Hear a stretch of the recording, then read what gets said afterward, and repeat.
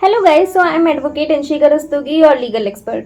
तो आज हम बात करेंगे राइट टू प्राइवेट डिफेंस के बारे में, अपने प्रतिरक्षक के बारे में, जो कि भारतीय न्याय संहिता 2023 में बताया गया है सेक्शन 34 टू 44 और ये आईपीसी में बताए गए थे सेक्शन 96 टू 106। इसमें राइट टू प्राइवेट डिफेंस के बारे में बताया गया है, जो सेक्शन 34 कहता है कि things done in private defence, यानी कि किसी भी प्राइवेट डिफेंस में या सेल्फ डिफेंस में कोई भी कार्य किया गया हो तो वो ऑफेंस नहीं कहलाएगा, अपराध की श्रेणी में नहीं आएगा। अब प्राइवेट डिफेंस और सेल्फ डिफेंस में क्या अंतर है? सेल्फ डिफेंस होता है हम अपना खुद का बचाव कर रहे हैं किसी भी ऑफेंस से, और प्राइवेट डिफेंस का मतलब है हम कोई भी व्यक्ति, मान लीजिए हम किसी और के बचाव के लिए कार्य कर रहे हैं वो, तो उसमें जो है वो प्राइवेट डिफेंस कहलाएगा। यानी कि हम अपने बचाव के लिए भी किसी को हर्ट कर सकते हैं। अगर हमें कोई मारने आ रहा है, मार रहा है, ग्रेविस हर्ट कर रहा है या डेथ कॉज कर रहा है हमारी, तो हम उसमें अपने बचाव के लिए उस पर एक्शन लेंगे तो वो सेल्फ डिफेंस कहलाएगा। और मान लीजिए कहीं पर कोई क्राइम हो रहा है, मान लीजिए कोई किसी को मार रहा है, ग्रेविस हर्ट कर रहा है या डेथ इंजरी कर रहा है, तो हम उसमें उसके बचाव के लिए जाएंगे, उसको बचाएंगे, तो वो प्राइवेट डिफेंस कहलाएगा।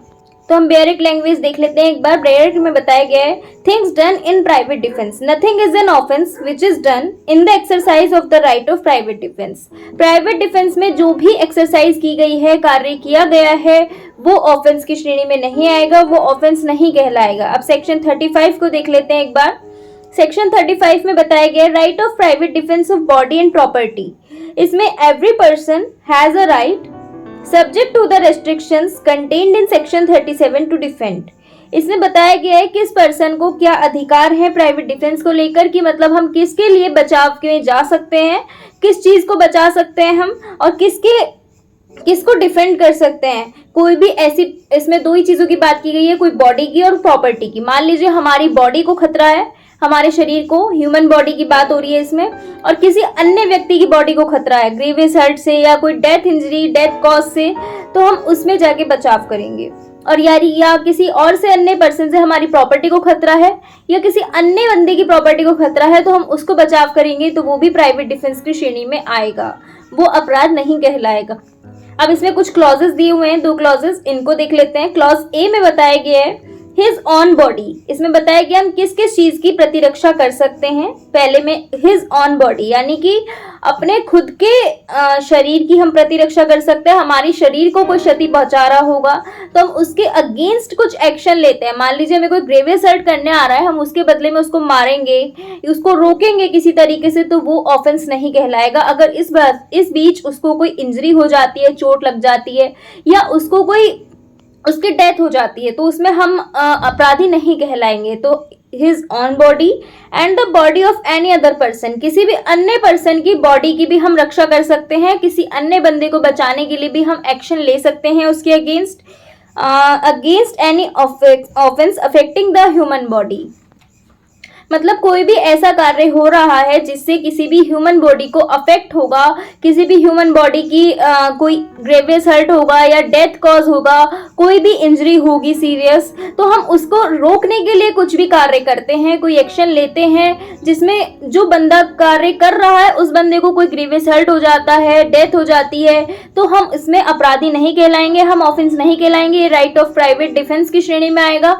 ये हमारा राइट टू प्राइवेट डिफेंस है कि हम अपने और किसी और के बचाव के लिए ऐसा कर रहे हैं, और ये इसीलिए राइट टू प्राइवेट डिफेंस में आया है क्योंकि मान लीजिए कहीं पर झगड़ा हो रहा है, तो सामने जो बंदे खड़े हैं, किसी दो बंदे में झगड़ा हो रहा है, खूब मारपीट हो रही है और डेथ होने वाली कैटेगरी में आ गया, तो सामने जो कुछ बंदे खड़े हैं वो सिर्फ देखते ही नहीं रहेंगे, दंगा हो रहा है कहीं, वो देखते ही नहीं रहेंगे, उन्हें बीच बचाव कराएंगे उनमें। और बीच बचाव कराने में अगर किसी को कुछ हो जाता है तो ये प्राइवेट डिफेंस की श्रेणी में आएगा। या कोई बंदा अपना ही बचाव कर रहा है, दूसरे को रोक रहा है, तो वो भी प्राइवेट डिफेंस की श्रेणी में आएगा।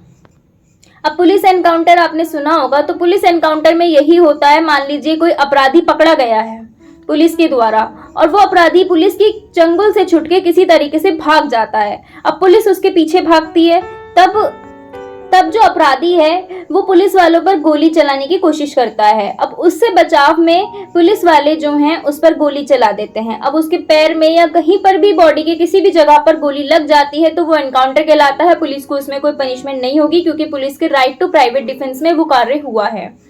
इसमें पुलिस का राइट टू प्राइवेट डिफेंस हुआ है कि वो पुलिस को मतलब मार रहे थे गोली, तो पुलिस ने अपने बचाव के लिए उसके पैर में गोली मार दी, तो इसीलिए वो जो है एनकाउंटर हो गया, जिससे वो पकड़ा भी गया और जो है पुलिस को सजा नहीं हुई, क्योंकि वो राइट टू प्राइवेट डिफेंस था। अपने आप को बचाने के लिए पुलिस ने उस पर गोली चलाई।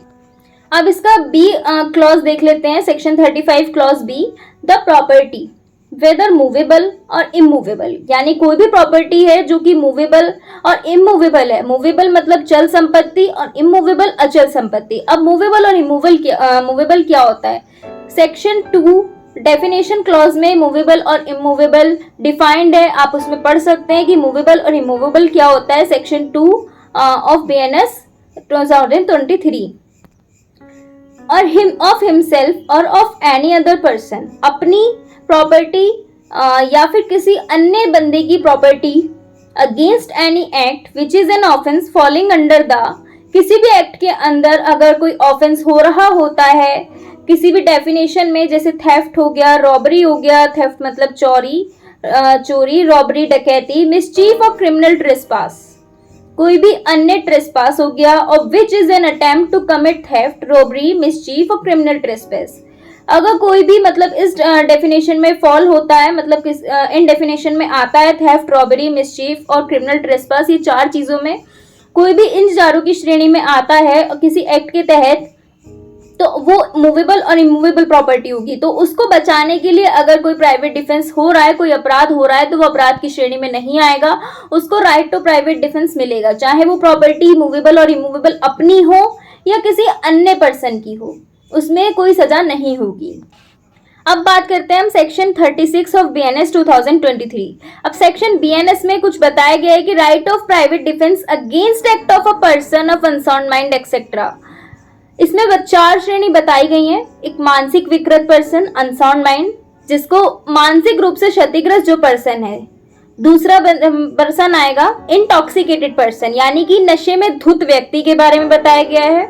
तीसरा है मैच्योरिटी अगेंस्ट एज, अगर किसी बंदे की इतनी एज नहीं है कि वो मैच्योर हो, यानी कोई बच्चा हो, वो कोई अपराध कर रहा है, उसके बारे में बताया गया है।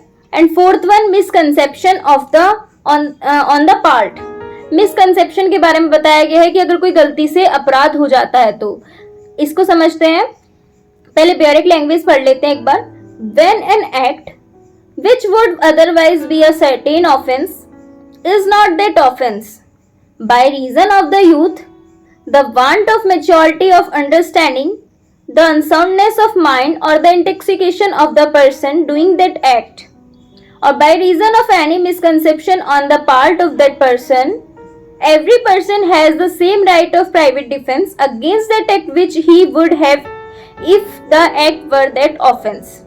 इसका मतलब है कि अगर कोई भी अनसाउंड माइंड व्यक्ति जो है, पहले तो देखिए अनसाउंड माइंड जो व्यक्ति होते हैं, पागल टाइप के व्यक्ति, उन्हें घर में बंद रखा जाता है। लेकिन अगर किसी दिन वो घर से बाहर निकल गए और उनके दिमाग में पता नहीं क्या आया, वो किसी पे भाला उठाकर चल दिए, अब किसी पर भाला मार रहा है, तो अगर जिस व्यक्ति पर भाला मार रहा है वो व्यक्ति भी अपने सेल्फ डिफेंस में कोई उसको रोकने के लिए कोई कुछ कर सकता है, और कोई तीसरा बंदा अगर उसको देख रहा है इस कृत्य को, तो वो तीसरा बंदा भी उस बंदे को रोकने के लिए उससे जिससे किसी को क्षति ना हो वो कुछ कर सकता है। तो ये चीज अपराध की श्रेणी में नहीं आएगी, क्योंकि वो उस व्यक्ति को सोचने समझने की शक्ति ही नहीं है, उसको पता ही नहीं है मैं जो कर रहा हूँ वो सही भी है या गलत है। अब दूसरी चीज आती है इंटॉक्सिकेटेड पर्सन। अगर नशे में है कोई व्यक्ति और वो कोई क्राइम कर रहा है, कोई अपराध कर रहा है, किसी को मार रहा है, मान लीजिए कोई नशे में व्यक्ति है, शराब पीकर बिल्कुल धुत नशे में बाहर निकला कहीं से और कोई पत्थर उठाकर किसी पर मारने लगा, तो उसमें यह देखा जाएगा कि इस बंदे को सोचने समझने की शक्ति नहीं है और ये बंदे को पता ही नहीं है मैं सही कर रहा हूँ कि गलत कर रहा हूँ। तो इसलिए ये जो जिसको पत्थर मार रहा है वो बंदा अगर कोई अपने बचाव में कुछ करता है या कोई तीसरा बंदा अगर ये कृत्य देख रहा है वो अपने उस बंदे के बचाव के लिए कुछ करता है, तो वो अपराध की श्रेणी में नहीं आएगा और उस बंदे को सजा नहीं होगी। और इनटॉक्सिकेटेड पर्सन का, क्योंकि यही माना जाता है वो अपनी सोचने समझने की शक्ति खो चुका होता है और उसका नेचर ही नहीं है अंडरस्टैंडिंग का, ये देखने का कि चीजें जो वो कर रहा है वो सही भी है या गलत है। तीसरी चीज आती है मैच्योरिटी एज। एज मैच्योरिटी ये होता है कि अगर कोई बच्चा है और वो बच्चा कोई क्राइम करता है, मान लीजिए कोई बच्चा है कहीं पर चोरी करने लग जाता है, वो कहीं से उसको भूख लगी होती है, कहीं से एक ब्रेड चुरा लाता है, तो उसको जो बंदा है वो कोई देख रहा है या कुछ कार्य कर रहा है वो, तो उसको अपराध नहीं माना जाएगा, क्योंकि वो बच्चा है, उसको पता ही नहीं है वो सही कर रहा है या गलत कर रहा है, उसकी इतनी सोचने समझने की शक्ति नहीं है, वो एज मैच्योर नहीं है। अब फॉर चीज आती है मिसकंसेप्शन। मिसकंसेप्शन के लिए एक एग्जाम्पल बियरिक में दिया हुआ है, वो बहुत अच्छा एग्जाम्पल है, उसके अकॉर्डिंग आपको उससे बहुत अच्छा समझ आएगा। इसमें ये enters by night a house, A जो है एक रात में अपने एक घर में घुस जाता है, which he is legally entitled to enter, वो लीगली घुसता है। तो मान लीजिए ए जो है किसी घर में किराएदार है और वो उसका तो लीगल हक हुआ फिर उस घर में जाना, वो लीगली उस घर में घुसा, पर जो ऑनर थे उस घर के, जो ऑनर थे उनको अंधेरा था बिल्कुल रात का, तो उनको ऐसा लगा कि कोई चोर घुस आया, उन्होंने जो है उसको रोकने के लिए कुछ किया होगा, तो उसमें उन्होंने अटैक किया, ऑनर ने अटैक किया उस पर। बाद में पता चला कि ये जो है लीगली घुसा था, ये किराएदार था, तो ये मिसकंसेप्शन हुआ, उन्हें लगा था वो चोर था बट वो था किराएदार, तो उनको गलती ऐसा मतलब ऐसा महसूस हुआ, तो उन्हें गलती हुई कोई, उन्होंने इसीलिए ये प्राइवेट डिफेंस में आएगा कि उन्होंने अपनी प्रॉपर्टी को बचाने के लिए, जिससे यहाँ चोरी ना हो जाए, उसको बचाने के लिए उन्होंने ऐसा किया, इसलिए ये कोई ऑफेंस नहीं होगा, ये कोई क्राइम की श्रेणी में नहीं आएगा, क्योंकि उन्होंने ये उसके प्रॉपर्टी को बचाने के लिए किया था, उन्होंने ये लगा था कि वो चोर है, वो पर कोई चोर नहीं था, इसीलिए कोई ऑफेंस नहीं आएगा। सो बाकी राइट टू प्राइवेट डिफेंस के बारे में हम आगे की वीडियोस में बात करेंगे। अभी हमने इतने 34, 35 और 36 के बारे में बात किया था, जिसमें बताया गया था what is the right to private defence and right to private defence हम किन चीज़ों की कर सकते हैं एंड किसके द्वारा किए गए कृत्य को अपराध नहीं माना जाएगा, उनका राइट टू प्राइवेट डिफेंस माना जाएगा, उसके बारे में हमने बात की थी। आगे की वीडियोस में हम राइट टू प्राइवेट डिफेंस के बारे में और बात करेंगे। So thank you so much guys. Please like my videos and share and comments. Thank you.